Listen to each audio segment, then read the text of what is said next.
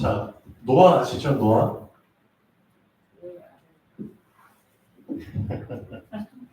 네. 노아하면 생각나는 게 뭐죠? 네, 방주. 맞습니다. 자, 성경 공부를 열심히 하고 계십니다. 근데 노아 하면은 꼭 생각나야 되는 게 하나가 더 있습니다. 그게 뭘까요? 홍수. 노아 이전 시대 사람들은 절대 알지도 못하고 보지도 못하고 듣지도 못하고 생각하지도 못한 노아 이전 사람들은 알지도 못하고 보지도 못하고 듣지도 못하고 받지도 못한 것, 그걸 노아가 받았거든요. 그게 뭘까요?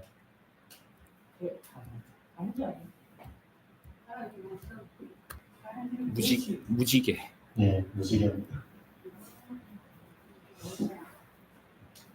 노아 이전 사람들은 무지개에 대해서 듣도 보도 못했죠. 듣보잡이라고 하죠. 왜? 무지개라는 것을 홍수 끝나고 노아한테 주신 언약이거든요. 그러니까 노아 이전 사람들은 이 무지개에 대해서 전혀 금시초문이에요. 알지도 못했어요. 그때부터 무지개 생겼구나. 네. 하나님이 무지개를 그냥 주신 게 아니라 언약으로 주셨어요. 그러니까 하나님의 약속의 증표로 무지개를 주셨어요. 무지개를 볼 때마다 이 약속을 놓치지 말라고. 그렇죠? 언약을 놓치지 말라고 무지개를 증표로 주셨어요. 어떤 약속을 했냐면 내가 다시는 인간을 물로, 홍수로 멸망시키지 않을 거야. 그러니까 무지개를 볼 때마다 나도 내가 한 언약을 기억할 거야 라고 하나님 말씀하셨어요. 하나님도 무지개를 볼 때마다 하나님이 인간과 맺은 언약을 기억하겠다고 하셨는데 하물며 우리 인간은 더더욱 무지개를 볼 때마다 기억해야겠죠. 하나님이 주신 언약을. 그러니까 두려워하지 말라는 거예요. 그렇죠? 다시는 물로 멸망하지 않아. 지금 중국에서 큰 댐이 제방이 터져가지고 지금 난리죠. 지금 유튜브 영상 봤는데 다 쓸려가고 물로 망할 것처럼 보이지만 하나님이 약속하셨어요. 온 인류는 물로 망하진 않을 거예요. 그렇죠. 근데 여기에서 여러분들이 붙잡아야 될 게 뭐냐? 결국 이 무지개는 누가 받은 거예요?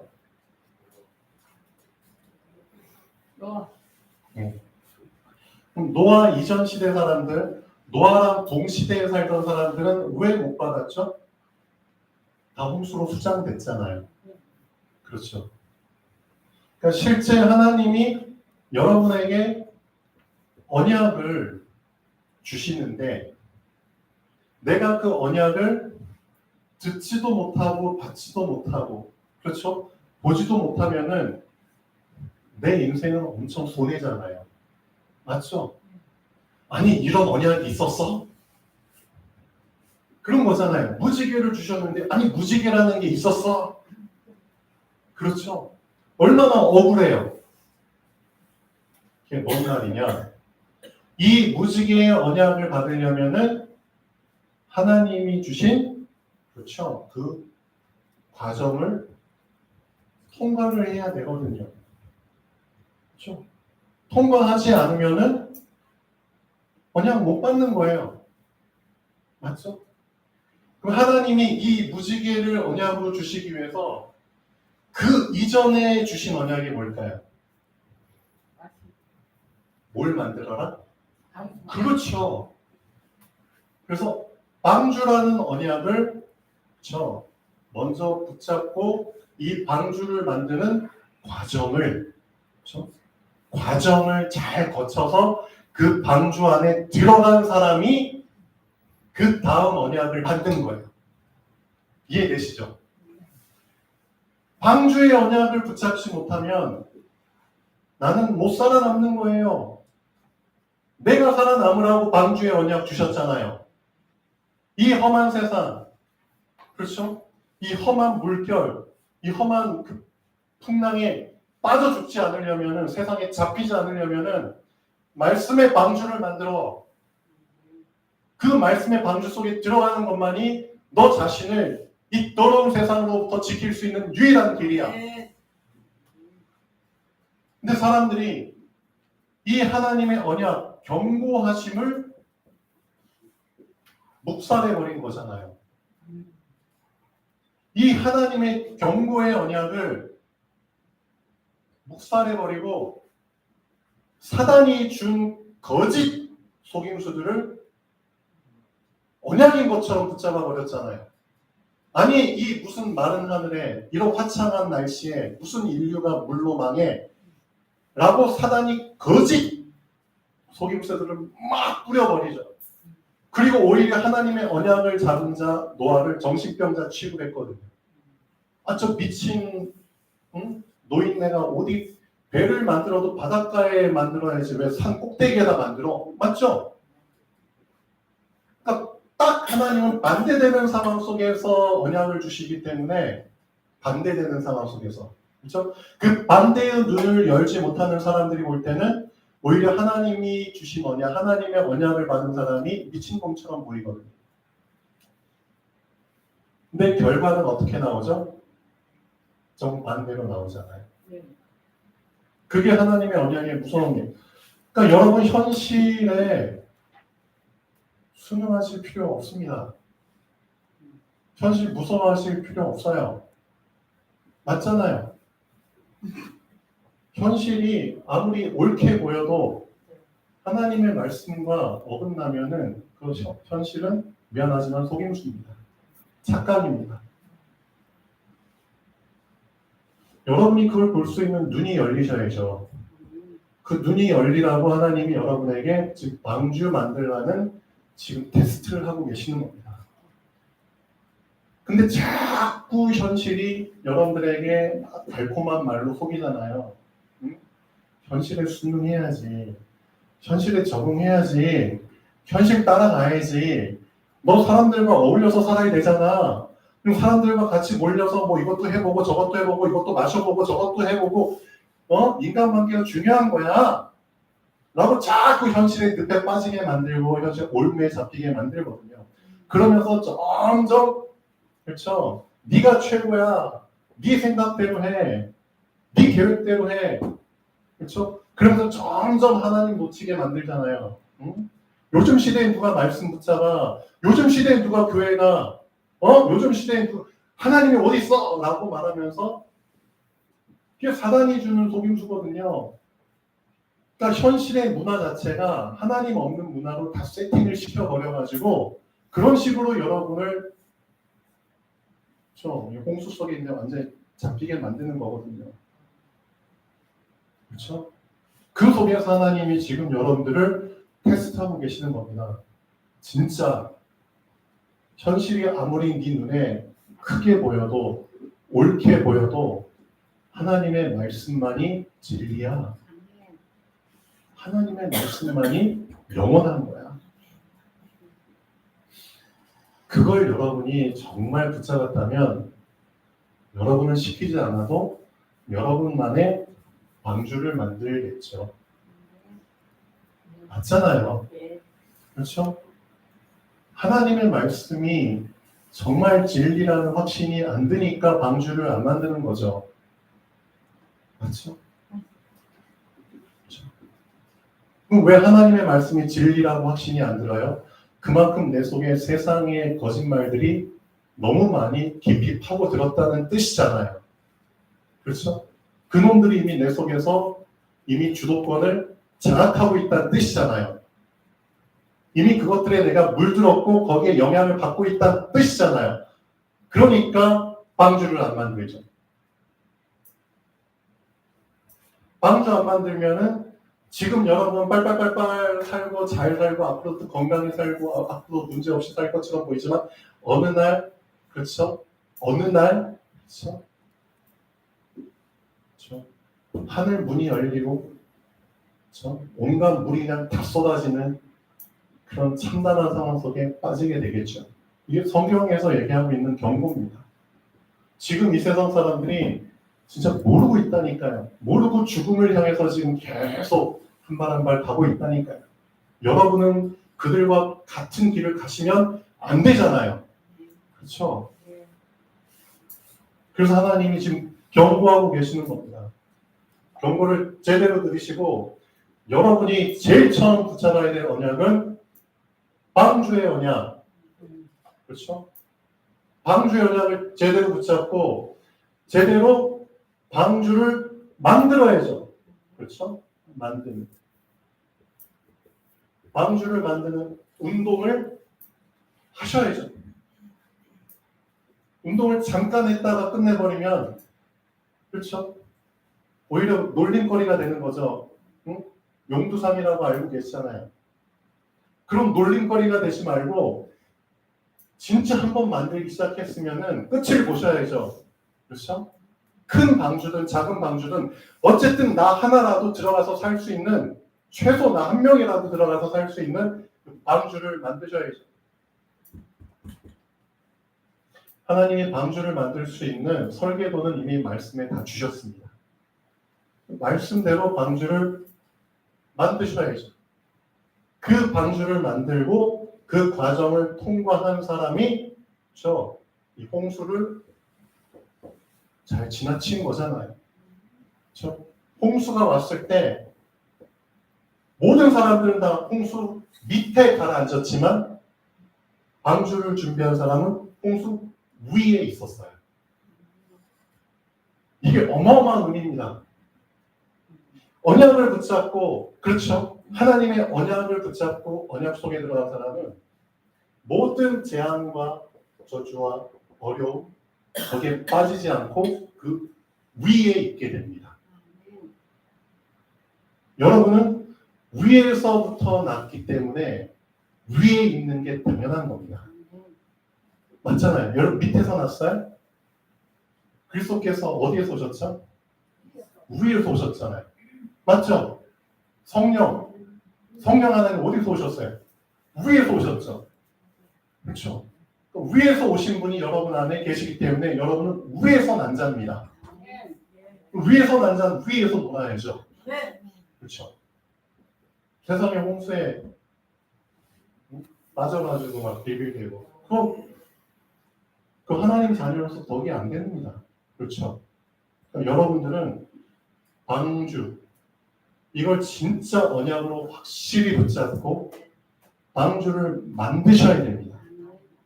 이 방주 만드는 운동을 시작하셨으면 끝을 보세요. 지속하셔야 됩니다. 그 사람이 홍수 위에서 놀게 되고 이 홍수의 시간표가 끝났을 때 어떤 언약을 붙잡게 되죠? 무지개의 언약을 잡게 되는 겁니다. 아무나 무지개의 언약을 잡는 게 아닙니다. 방주의 언약을 붙잡은 사람이 무지개의 언약을 잡게 되는 겁니다. 하나님의 언약은 다 시간표가 있습니다. 그래서 여러분들 지금 붙잡고 있는 언약이 여러분의 전부라고 생각하시면 안 됩니다. 전부가 맞지만 시간표의 개념으로 봤을 때는 하나님이 다음 시간표에 주실 언약들이 기다리고 있거든요. 그렇죠? 그걸 기대하시고 인도 받으셔야죠. 그래서 사람들이 지금 내 시간표가 전부인 줄 알고 거기에 다 안주하면서 있으려고 하는데 절대 그게 아닙니다. 여러분 갈 길이 멀어요. 갈 길이 멀어요. 그래서 이 세 가지 단어를 꼭 붙잡고 계셔야 됩니다. 첫 번째,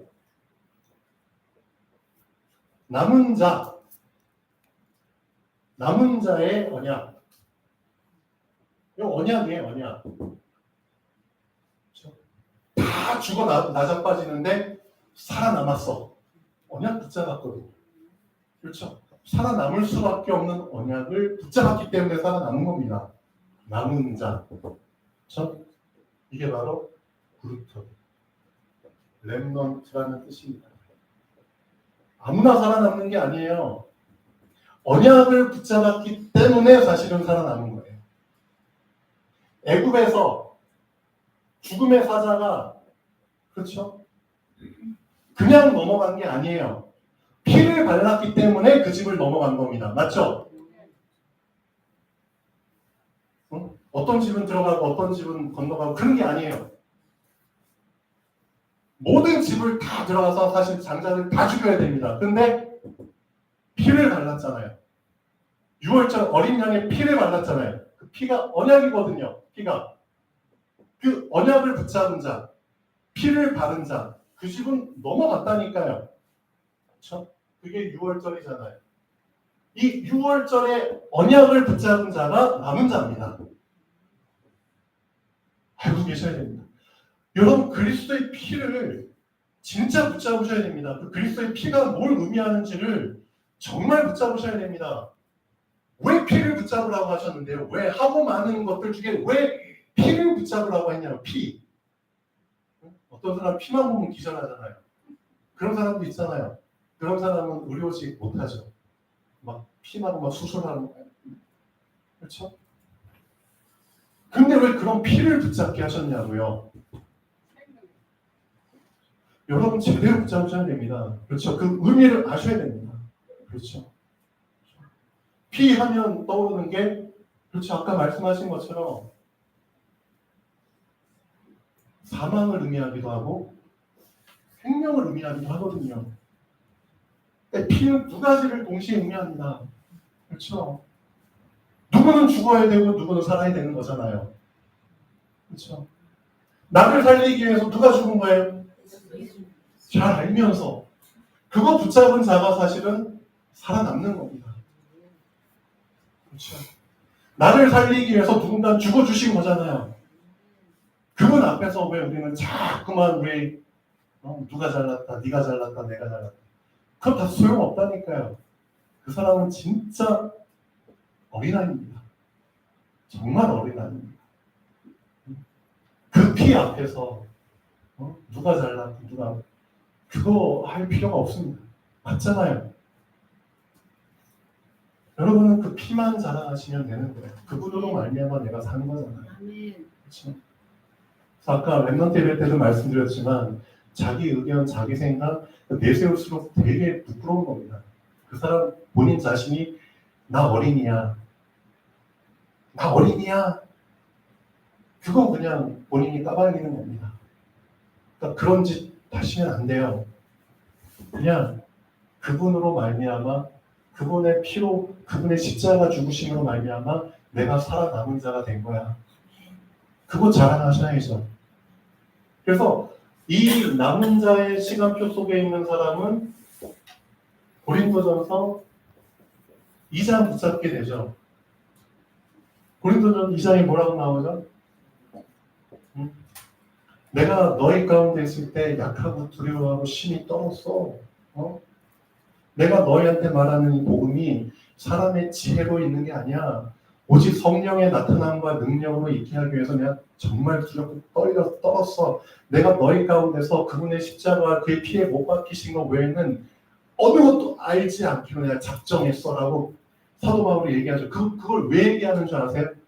고린도 교회 사람들이 이분 오셨거든요.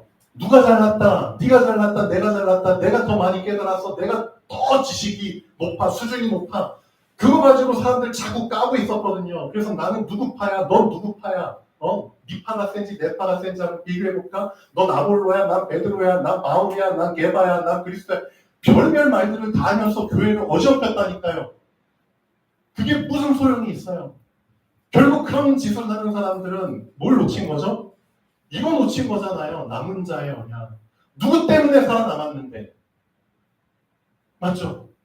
내가 누구 때문에 지금 살고 있는데? 그거 놓치니까 지금 다 자기가 잘났다고. 이게 고린도 교회의 문제거든요. 그런 사람들 속에서 여러분은 이거 붙잡으세요. 난 자랑할 거 그리스도 말고는 없어. 그렇죠? 내가 진짜 자랑할 거는 그분의 십자가에 못 박히신 거 말고는 내가 자랑할 게 없어. 그게 진짜 남은 자의 시간표에서 여러분이 붙잡아야 될 언약입니다. 이 시간표에 따라서 여러분이 붙잡아야 될 게 사실은 다 달라요. 근데 진짜 이 시간표는 시작이거든요. 어쨌든 살아남아야 되잖아요. 그렇죠? 근데 이제 진짜 살아남은 자들은 그 다음 시간표를 붙잡게 돼 있습니다. 방주를 지은 사람이 무지개 언약을 붙잡은 것처럼 남은 자의 언약 속에서 오직 그리스도만 붙잡고, 그렇죠? 내 것을 다 내려놓고, 그렇죠? 살리는 것은 영이니 육은 무익하니라. 완전히 그 결론이 난 사람이 그 다음 언약을 붙잡게 되는 겁니다. 그게 순례자의 언약입니다. 이것도 언약이라니까요. 언약, 순례자의 언약. 순례가 무슨 뜻인데요? 하나님이 살아남게 하신 자들은 어떻게 하신다고요? 인도하신다는 뜻이에요. 그렇죠? 이 재앙과 저주의 현장에서 살아남은 자들은 하나님이 건져내셔서 끌고 가시겠다는 뜻이에요. 여러분은 그 자리에 남겨놓으시겠다는 뜻이 아닙니다. 애굽에서 살린 자들을 하나님 어떻게 하셨죠? 다 끌고 나오셨잖아요. 그렇죠? 맞잖아요. 애굽에서 살아남은 자들 끌고 나오셨다니까요. 그 피를 발라서 살아남은 그 이스라엘 백성을. 그렇죠? 이게 두 번째 주신 언약입니다. 너 살아남았어? 좋아. 살아남은 자들을 내가 이제는 인도할 거야. 끌고 갈 거야. 그래서 애초부터 하나님이 모세에게 사실은 결론적인 언약을 주셨어요. 모세한테. 모세가 듣도 보도 못한 그 상황 속에서 하나님이 모세에게 이미 결론을 주셨다니까요. 뭐라고 주셨죠? 내가 너를 애굽에 보내서 이스라엘 백성에게 가서 그들을 건져내고 인도하여 내가 지시할 땅으로 보낼 거야 라고 하나님 분명히 말씀하셨거든요. 내가 너를 보내서 그들을 건져내고 인도하여 하나님의 명하신 산까지 내가 그들을 끌고 갈 거야 라고 말씀하시고 모세를 보내셨어요. 하나님이 애초부터 이미 절대 계획을 이미 다 마스터 플랜을, 그렇죠? 이미 다 결정해 버린 거예요. 하나님이 결정하시는 걸 누가 맡겠어요? 맞죠? 그래서 남은 자에게 그 다음 언약, 너 살아남았어? 좋아. 살아남은 자들은 이제는 따라와. 그렇죠? 그래서 모세를 인도자로 해가지고 이스라엘 민족이 따라온 거잖아요. 그렇죠? 근데 하나님께서 인도하시는 방식이 시간표에 따라서 사실은 다릅니다. 시간표에 따라서 다른데 그거를 전부인 것처럼 여러분 착각해서는 안 됩니다. 남은 자의 시간표 속에서는, 순례자의 시간표 속에서는 하나님이 어떤 식으로 인도하시는 줄 아세요? 보이게 인도하십니다. 우리의 믿음이 보이지 않는 것을 믿을 만큼 그런 수준이 안 됐기 때문에 하나님이 당신의 백성들을 보이게 인도하십니다. 그렇죠? 보이게 인도하시면서 또 앞에서 인도하십니다. 믿음이 약하기 때문에 어쩔 수 없어요. 그래서 남은 자, 순례자의 시간표 속에서는 하나님이 이런 방식으로 인도하십니다. 앞에서 끌고 가시고요. 또 보이는 방법으로 인도하십니다.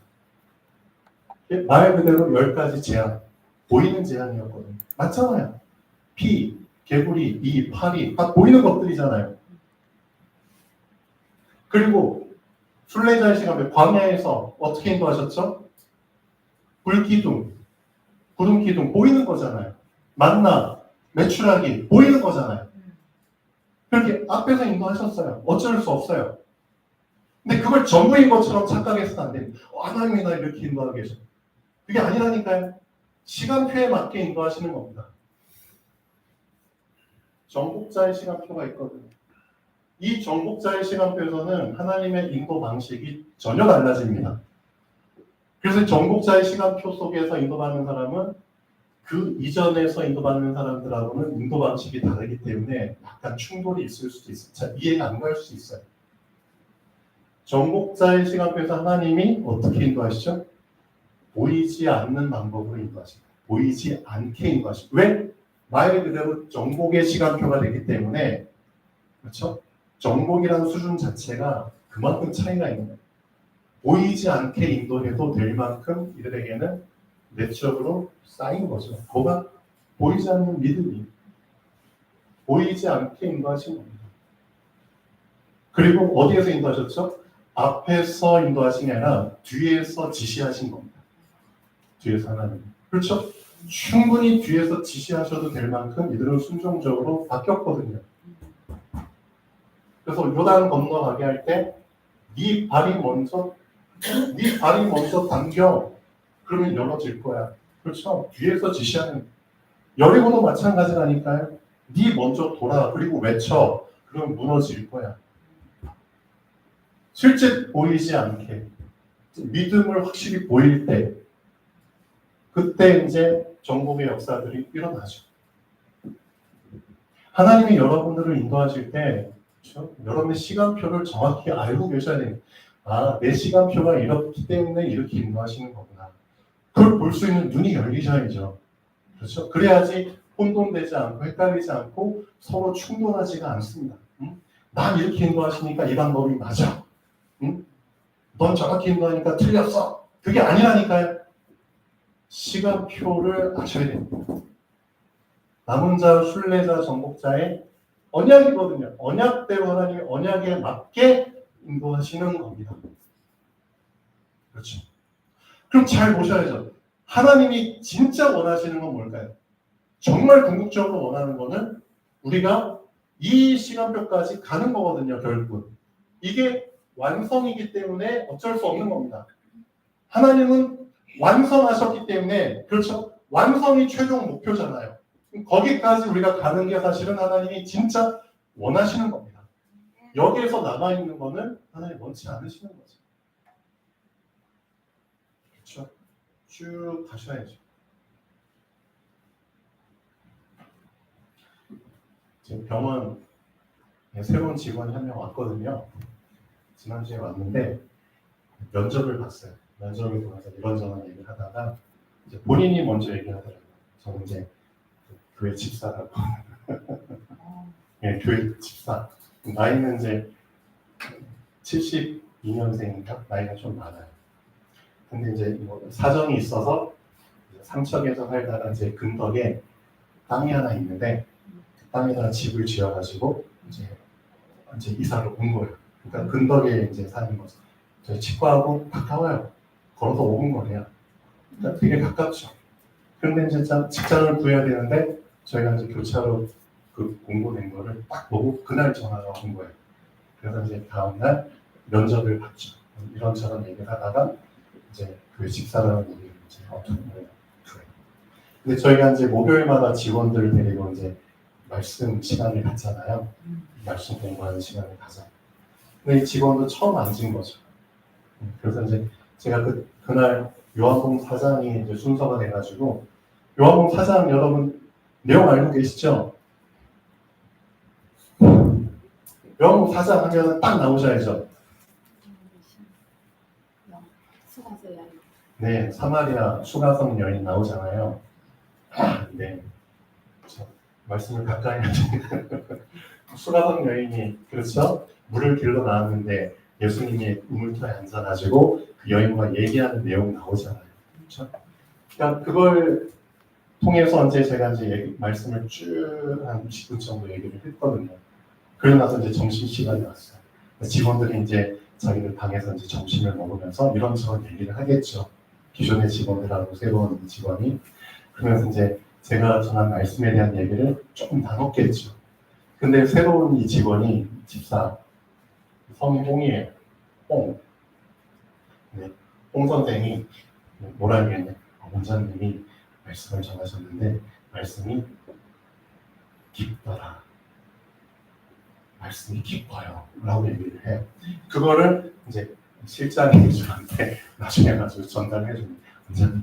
원장님이 얘기한 말씀을 홍 선생이 깊은 말씀을 전하셨다고 얘기를 했어요.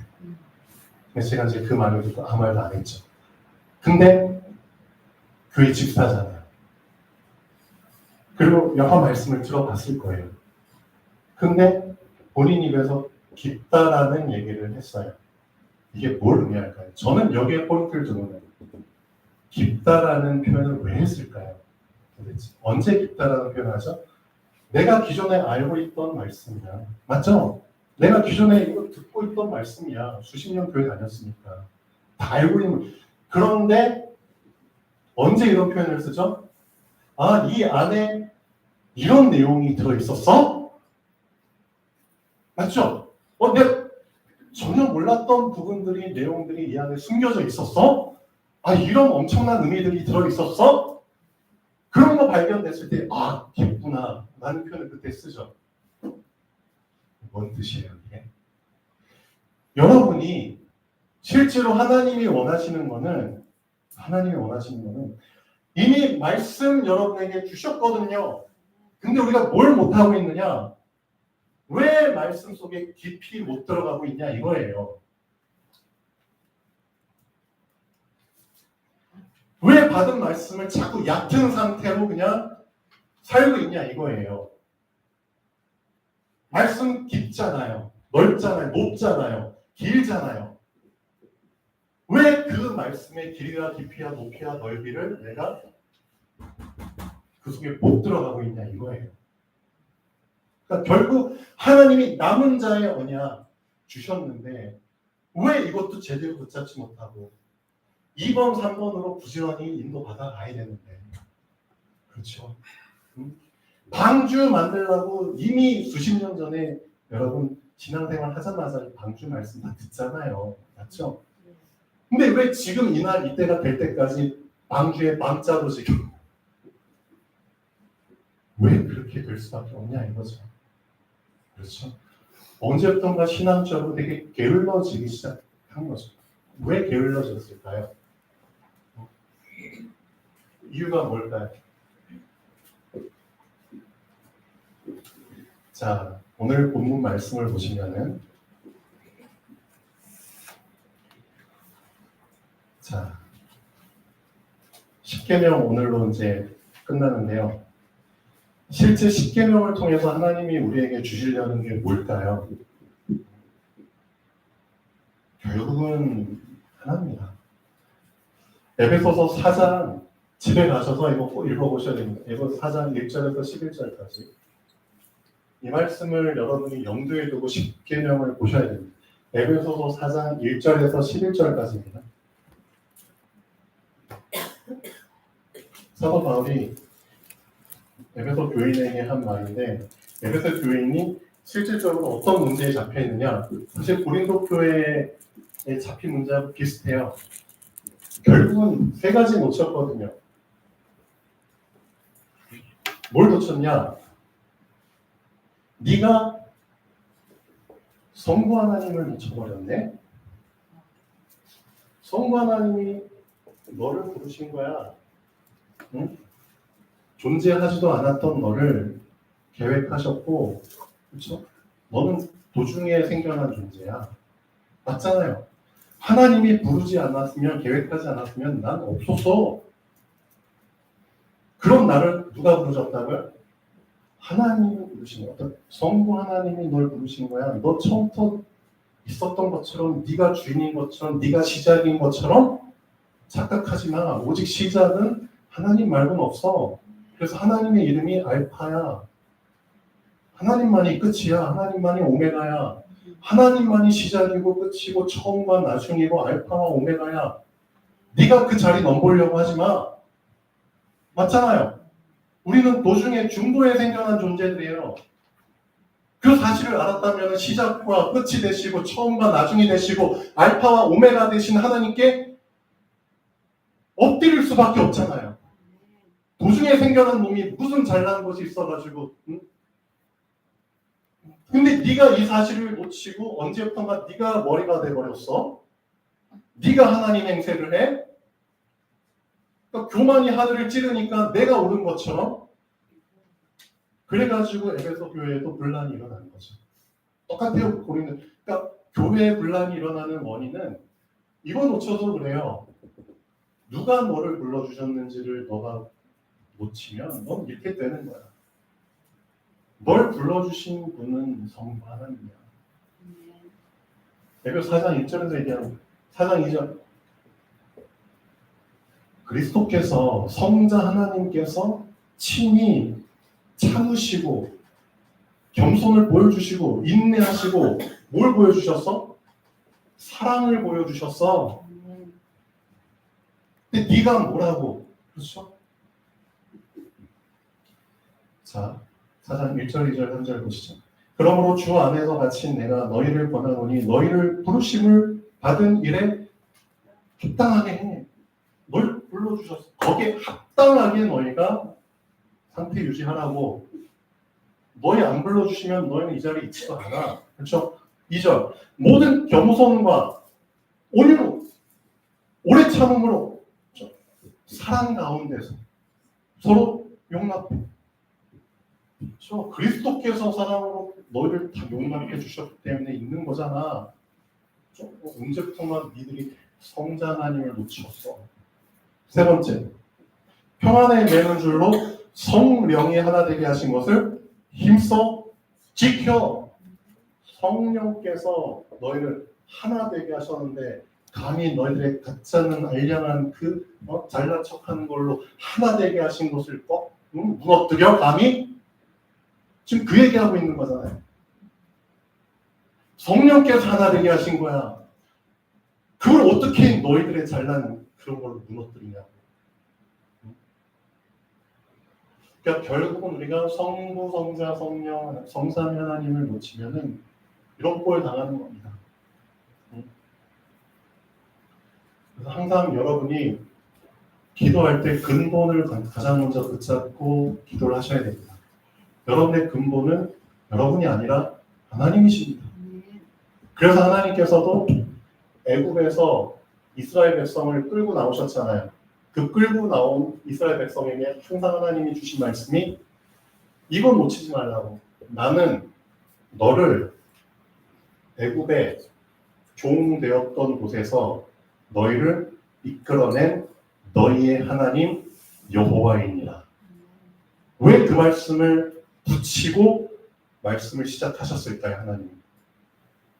누가 너를 애굽에서 끌어냈는데 너 왜 가장 중요한 그 근본을 놓쳐버려? 맞죠?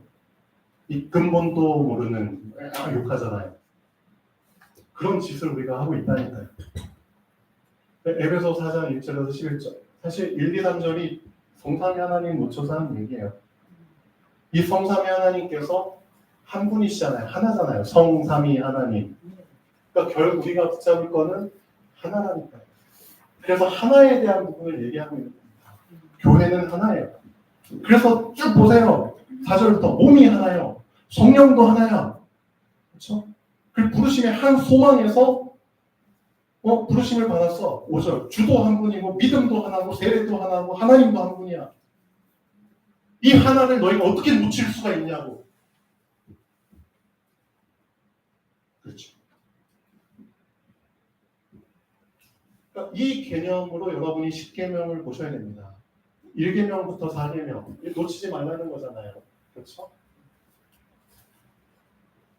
이걸 놓치지 말아야지 5절부터 10절까지 결국은 5계명에서 10계명까지 뭘 얘기하고 있는데요.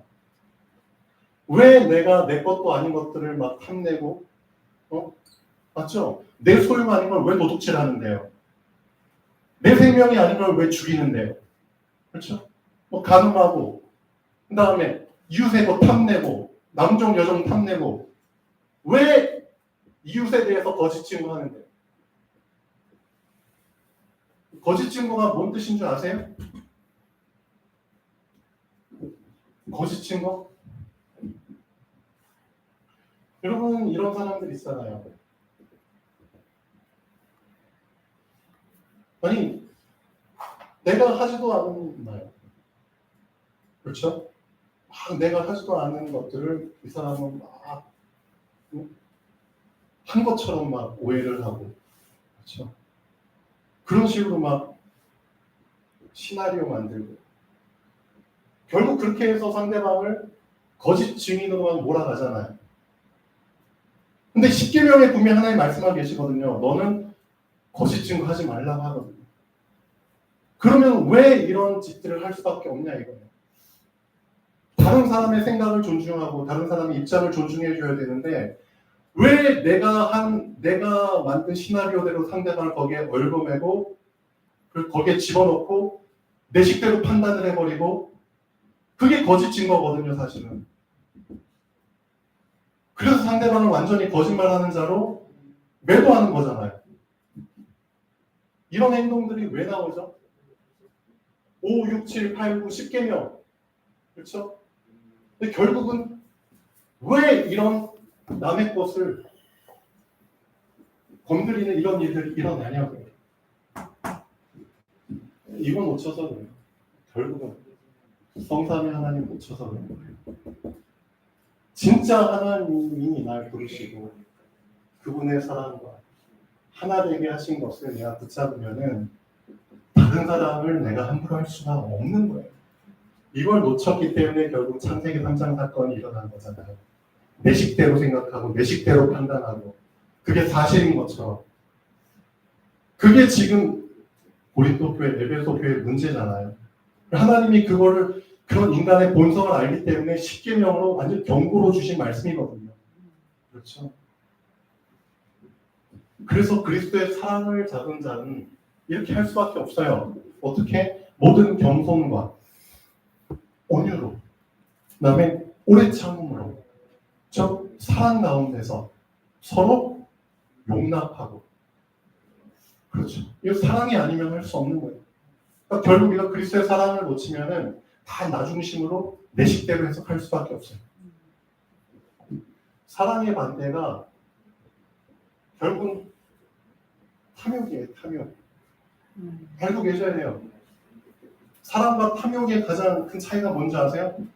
사랑의 관점은 내 중심이 아니라 상대방 중심이에요. 맞죠? 탐욕의 관점은 내 관점이에요. 내 중심이에요. 그렇죠? 내 것을 얻기 위해서 남한테 잘해주는 거예요. 맞죠? 내 목적을 이루기 위해서 뭔가를 어쨌든 꿍꿍이가 있기 때문에 그걸 하는 거예요. 겉으로 볼 때는 섬기고 봉사하는 것처럼 똑같이 보일 수도 있어요. 근데 속에 뭐가 있느냐 이거예요. 그렇죠? 결국 사랑 아니면 탐욕이잖아요. 그렇죠? 이 탐욕에 대한 부분이 해결이 안 되니까 10계명 중에 5, 6, 7, 8, 9, 10이 안 되는 거죠. 그렇죠?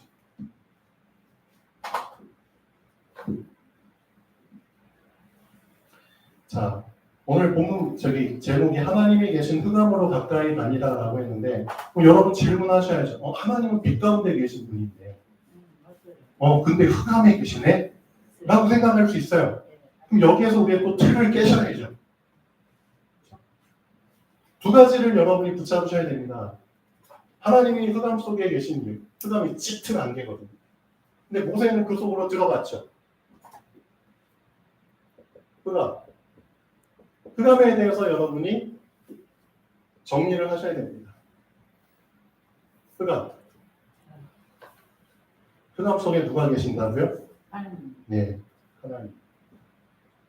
하나님 계신 이거 붙잡으면은 흑암에 대해서 다시 한번 관점이 달라집니다. 해석이 달라지게 됩니다. 흑암을 우리는 하나님과 거리를 두고 해석을 했거든요. 그렇죠. 흑암은 사단이야. 그렇죠. 마귀 세상이야. 그런 식으로 하나님과 별개로 생각을 했는데 사실은 그게 아니에요. 흑암 속에도 하나님은 계십니다. 그 이유가 뭐죠? 흑암을 두려워하지 말라는 거예요. 아멘. 그렇죠. 왜? 거기도 하나님이 계시거든요. 사단 두려워하지 말라는 거예요. 왜? 하나님이 계시거든요. 즉 흑암의 배후에 사단의 배후에 누가 계신다고요? 하나님이 계시는 거예요. 그 수준을 붙잡으셔야죠. 모든 것은 다 하나님의 창조하심 속에 있는 거예요. 사단도 하나님이 창조하셨잖아요. 어떻게 보면 빛과 어둠 하나님이 창조하셨잖아요. 그 수준을 붙잡으셔야죠. 두 번째, 흑암을 좋아하는 사람들이 있어요. 흑암을 좋아하는 사람, 어떤 사람이죠? 꿍꿍이가 있는 사람. 그렇죠. 흑암 속에서 더 죄를 잘 지을 수 있거든요. 그러니까 죄 짓고 싶어 하는 사람은 흑암을 좋아하죠. 근데 그 사람들한테도 마찬가지로 말씀 주고 계세요. 흑암 좋아하지 마. 왜? 거기도 하나님 계시거든요. 이 두 가지 의미를 여러분 동시에 붙잡으셔야 됩니다. 흑암 두려워하지 마. 거기 하나님 계셔. 흑암 좋아하지 마. 거기도 하나님 계셔. 이해되시죠?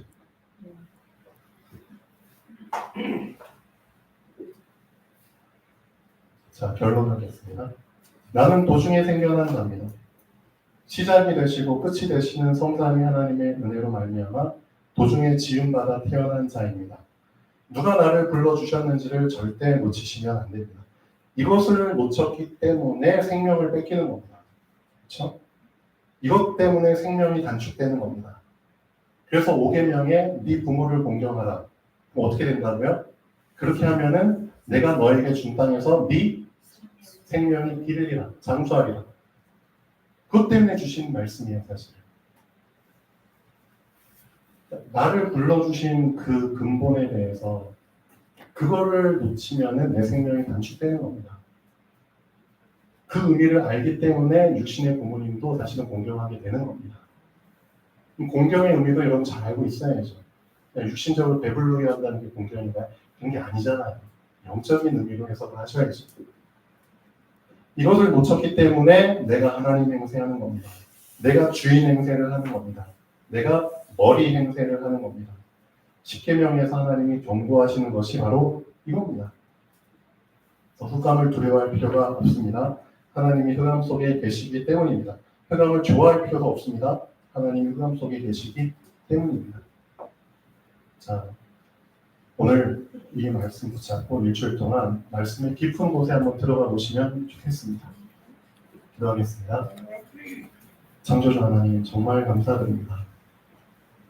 우리의 근원이 되시는 성삼위 하나님을 절대 놓치지 않도록 성삼위 하나님만이, 하나님의 말씀만이, 임마누엘 성령 하나님만이 나에게 각인되기를 원합니다. 각인 운동 절대 게을리하지 않도록 날마다 각인 운동 속에 들어가기를 원합니다. 주 예수 그리스도 이름으로 기도합니다. 네.